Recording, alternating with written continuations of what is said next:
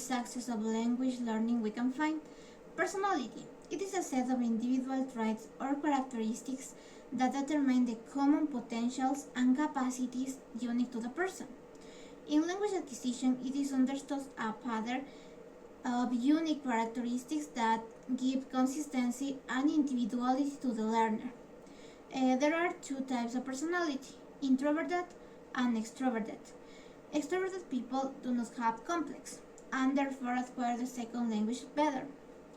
In the other hand, shy people or introverted people tend to have problems, so it is necessary to develop their personality. In other words, try to be extroverted when studying. Other factor is the linguistic ability or capacity. This is a set of specific multi-componential, dynamic, and adaptive cognitive abilities.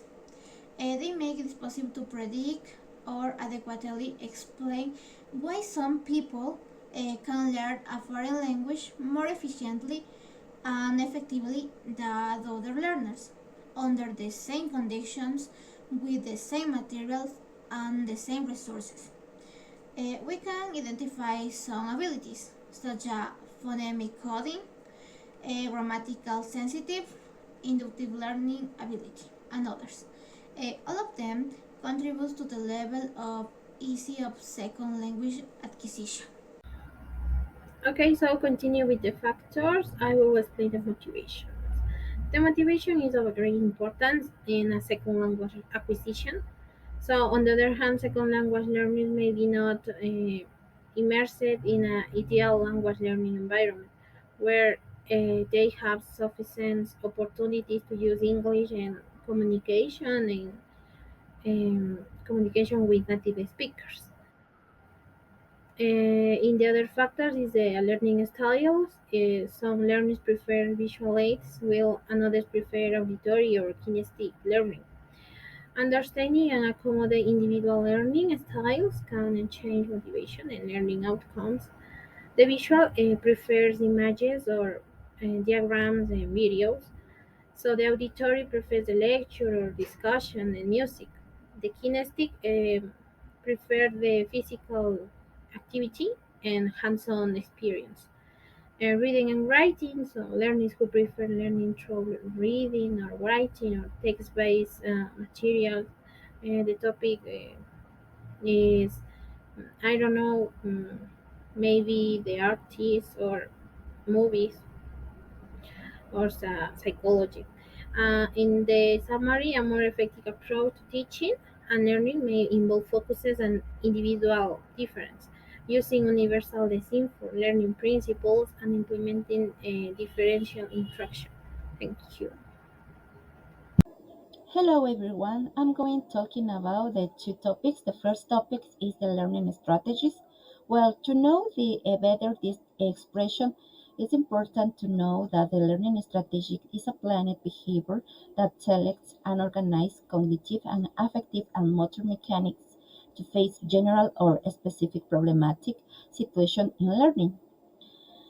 They also indicate that they are methods that help the development of language, the system for its construction in learning. They also become special thoughts that can be used to retain information. These strategies are actions or steps that learners use to develop their knowledge and communicative skills within a foreign language, as they can help as storage and use for the language which they are important for the communicative skills. In this section, we have some characteristics we can say, for example, the learning strategies are steps that learners can follow. These strategies are visible or not visible. The learning strategies helps in the autonomy of the students and are flexible and adaptable. Don't forget that the use the learning strategies combined with the multiple intelligence is important. Therefore, the teach with the learning strategy is a better way to teach the students.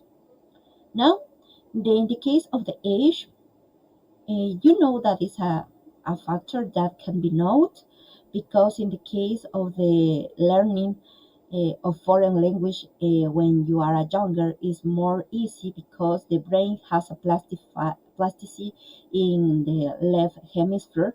In the case of the adults is different because their need a minimal guidance is an essential and long for periods of time.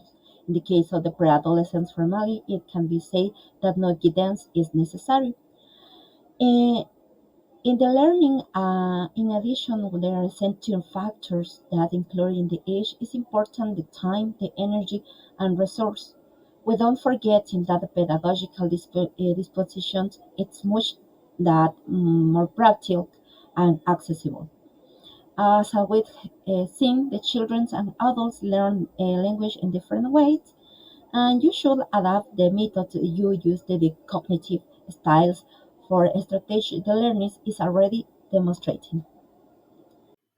Learning a second language has impact on cultural learning, as according to Chang and Ming 2006, language is a symbol and product of culture since its development appears directly in the culture that it's involved. Language affects culture in the way that if the culture changes, the language will expand. It means that the words adapt and change according to the culture in that moment. For example, the adaptation of the English word scanner in English to the word scanner in Spanish, which is a projector, or maybe even the word sushi, which is adapted from Japan and has now appeared in cultures all over the world, and it has been introduced and used as parts of these cultures' vocabulary.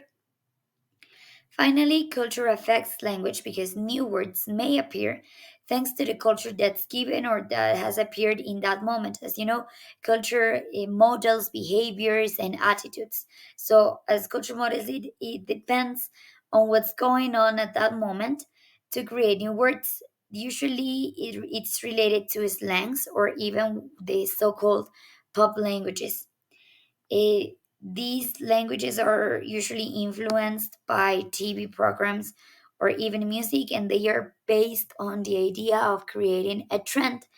An example of this can be the word ASAP, which means as soon as possible. Something to take into account while learning a second language regarding culture is that students must understand this new culture in order to learn a second language. And for that, teachers need to give perception in the classroom and also provide students with authentic experiences and authentic materials. Regarding the impact on communication skills, learning a second language improves the social performance and the personal and academic development of a person because people are aware and they are able to make connections and communicate easily with others in order to achieve their objectives. It boosts the four language skills listening, speaking, reading, and writing. And this makes or even creates the person and changes them into an active participant in any conversation that they are having or any activity that requires them to communicate with others. And finally, the last step or bullet, which is the intercultural competence, which is related to cultural learning and also cultural awareness. And it's just that learning a second language improves this intercultural competence, which means that the person is going to be able to communicate with people from different countries, different cultures, and this will delete the bridge, the language bridge between these two or more cultures. Okay, the impact of learning rate and process. The learning rate is crucial in training machine learning models, which affects both the speed of comprehension and the quality of the final solution. For example, there are two important points. First, learning rate and progress of the model. Here, the speed of comprehension is important, since having a high learning rate could speed up comprehension initially as larger steps are taken towards the optimal solution. However, it runs the risk of surpassing the minimum and bouncing around it.